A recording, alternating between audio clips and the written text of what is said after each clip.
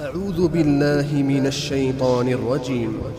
إن أصحاب الجنة اليوم في شغل فاكهون هم وأزواجهم في ظلال على الأرائك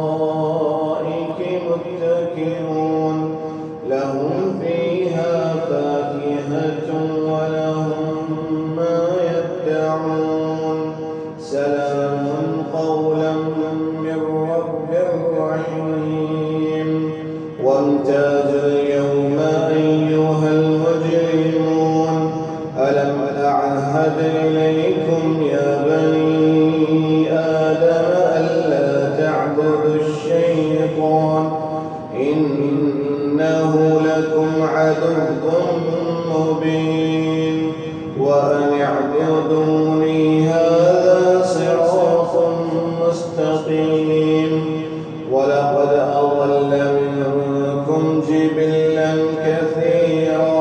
أفلم تكونوا تعقلون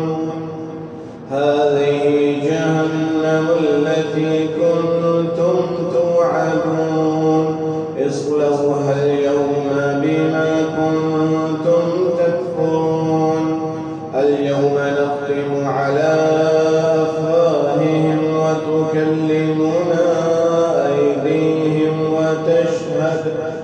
وتشهد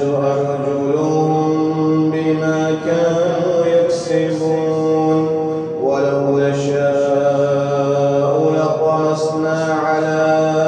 أعينهم فاستبقوا الصراط فأنى يبصرون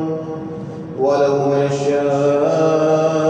لمسخناهم على مكانتهم فما استطاعوا مضيا ولا يرجعون ومن نعمره ننكسه في الخلق أفلا يعقلون وما علمناه الشعر وما ينبغي له إن هو إلا ذكر وقرآن مبين لينذر من كان حيا ويحق القول على الكافرين أولم يروا أنا خلقنا لهم مما عملت أيدينا أنعاما فهم لها مالكون وذللناها لهم فمنها ركوبهم ومنها يأكلون ولهم فيها منافع ومشارب أفلا يشكرون واتخذوا من دون الله آلهة لعلهم ينصرون لا يستطيعون نصرهم وهم لهم جند محضرون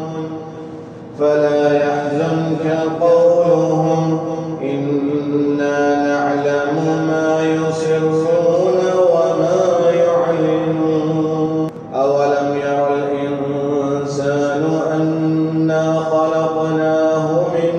نطفة فإذا هو خصيم مبين وضرب لنا مثلا ونسي خلقه قال من يحيي العظام وهي رميم قل يحييها الذي أنشأها أول مرة وهو بكل خلق عليم الذي جعل لكم من الشجر الأخضر نارا فإذا أنتم منه توقدون أوليس الذي خلق السماوات والأرض بقادر على أن يخلق مثلهم بلى وهو الخلاق العليم إنما أمره إذا أراد شيئا أن يقول له كن فيكون فسبحان